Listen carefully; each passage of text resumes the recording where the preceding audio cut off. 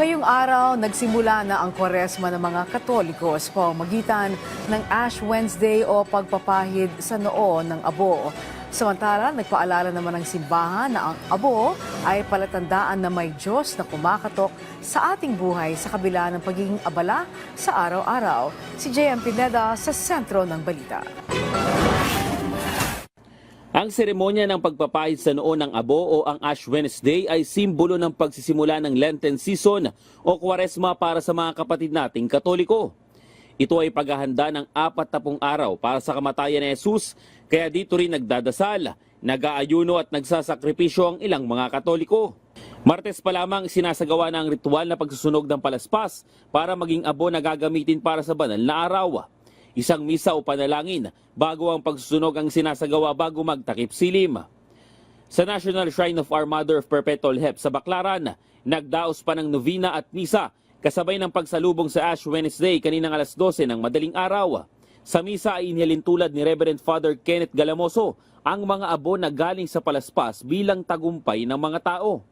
Dito rin ay binigyang diin niya na ang panahong ito ay paalala na tayo ay nagtagumpay laban sa kasalanan sa pamamagitan ng pagmamahal ng Diyos. As Christians, we gather and we are reminded that our true victory does not lie in earthly riches, in earthly recognition, in earthly success, but our true victory as Christians lies in the love and sacrifice of our Lord Jesus Christ.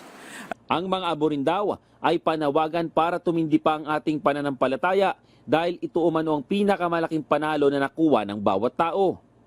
Bukod naman sa tagumpay, ay sagisag rin daw ito ng mga suliranin at pagsubok kung saan ipinapakitang hindi tayo immortal at kinakailangan ng tulong mula sa Panginoon.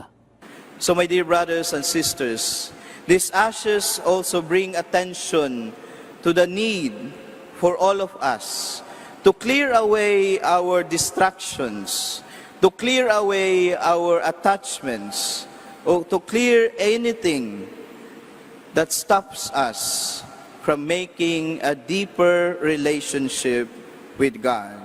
Maging palatandaan rin daw sa mga tao na kahit sobrang daming iniisip at problema sa mundo, ay may Diyos na kumakatok sa ating buhay. So when you look at Lent, it is a time to, for conversion, repentance, and going back to the Lord. And it's only 40 days, very short lang yan eh. So I hope we take this seriously to celebrate it and even to put ourselves before and closer with the Lord. JM Pineda, para sa Pambansang TV, sa Bagong Pilipinas.